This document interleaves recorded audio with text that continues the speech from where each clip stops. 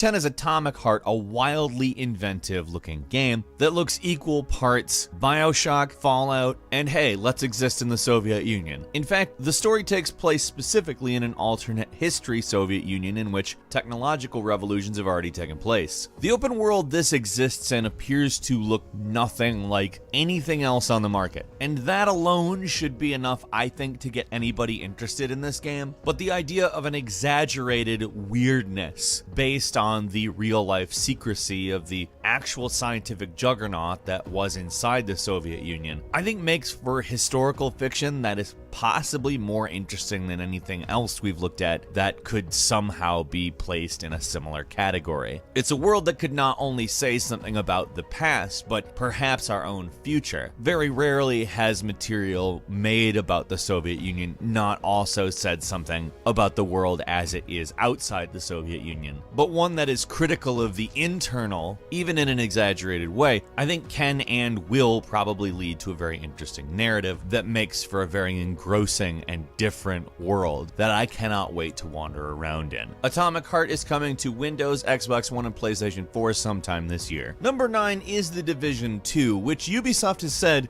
quote, "We've made the open world in Division 2 so alive." Now, I'm going to go ahead and say that's definitely marketing, but it's also a claim that when the game comes out, we can say is either true or false, and that's important. Ubisoft went on to say both enemy factions and the civilians will be out targeting different tactical locations, resources, acting on needs and goals. They really want to focus on making the open world feel kind of like a war zone rather than a place where you do objectives. Of course, that means a more unpredictable aspect to the way things work. And they said, running around the city is really interesting because you don't know what's going to happen around the next corner, and your actions helping the civilians in the world you'll see translate into them becoming more capable, but also their homes will become little fortresses.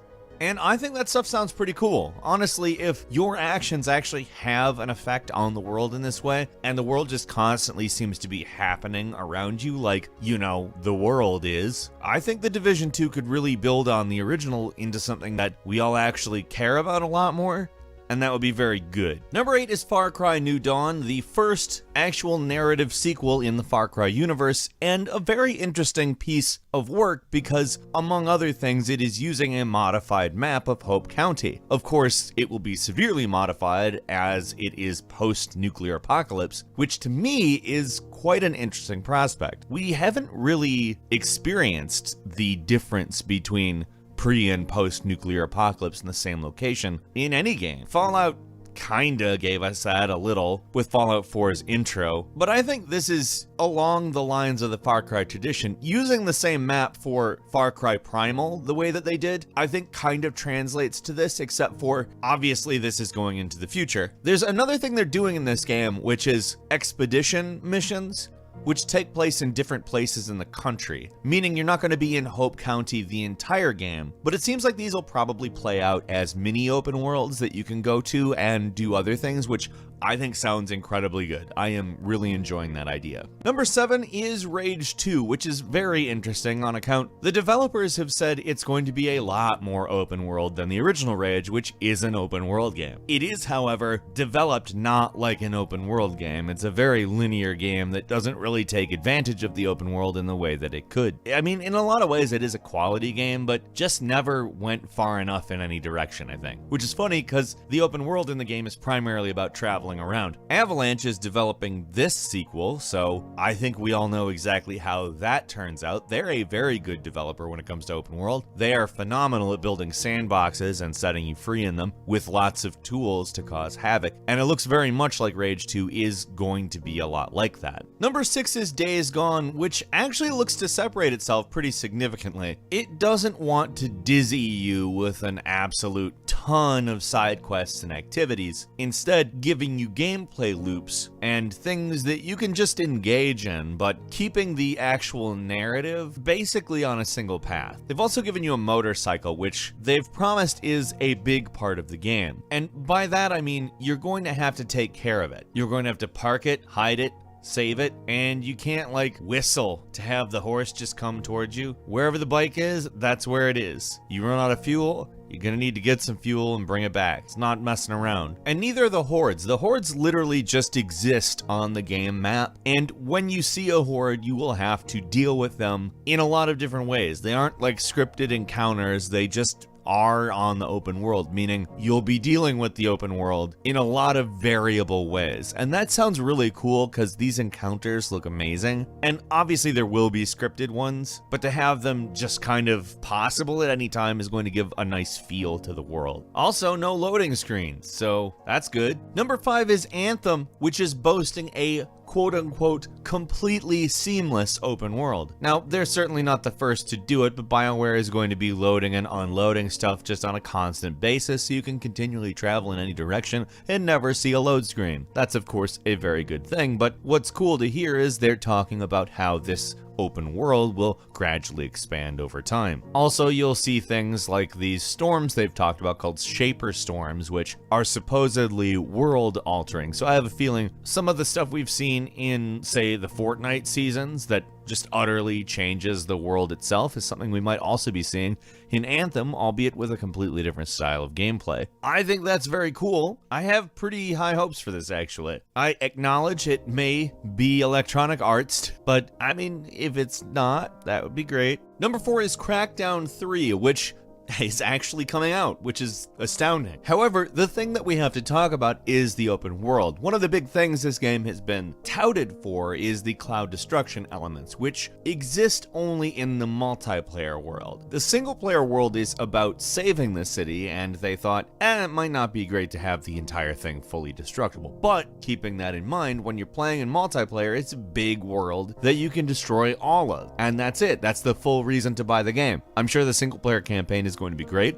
I'm going to play it. I'll go through the whole thing. There's no reason not to. It seems like it's going to be a good campaign, but I want to level a city too. I think both approaches are probably relevant to their specific mode, and I'm very interested in both, but I'm really interested in destroying a city. Number 3 is Dying Light 2, which the open world is meant to really be part of the gameplay in a way that I think a lot of open worlds look at it as a location. We talked kind of about what a sort of unfolding world might be like when we were talking about Division 2, but Dying Light 2 has really set out a specific vision for what that might look like. The idea is to have an adaptive narrative where all of the things that you do completely change what factions, people, groups, locations, how everything is in the game. You could blow something up and it would just change how a society works, for instance. The idea is to make an open world with consequences, which is, in my opinion, a very interesting idea. Again, if they can deliver on it. Like I said with the Division 2, if they can deliver on it is a big deal. Simply saying the world is very interactive doesn't mean it is, and this is all obviously marketing for these games, but I mean, if you look at what we've seen of Dying Light 2, it is very cool looking.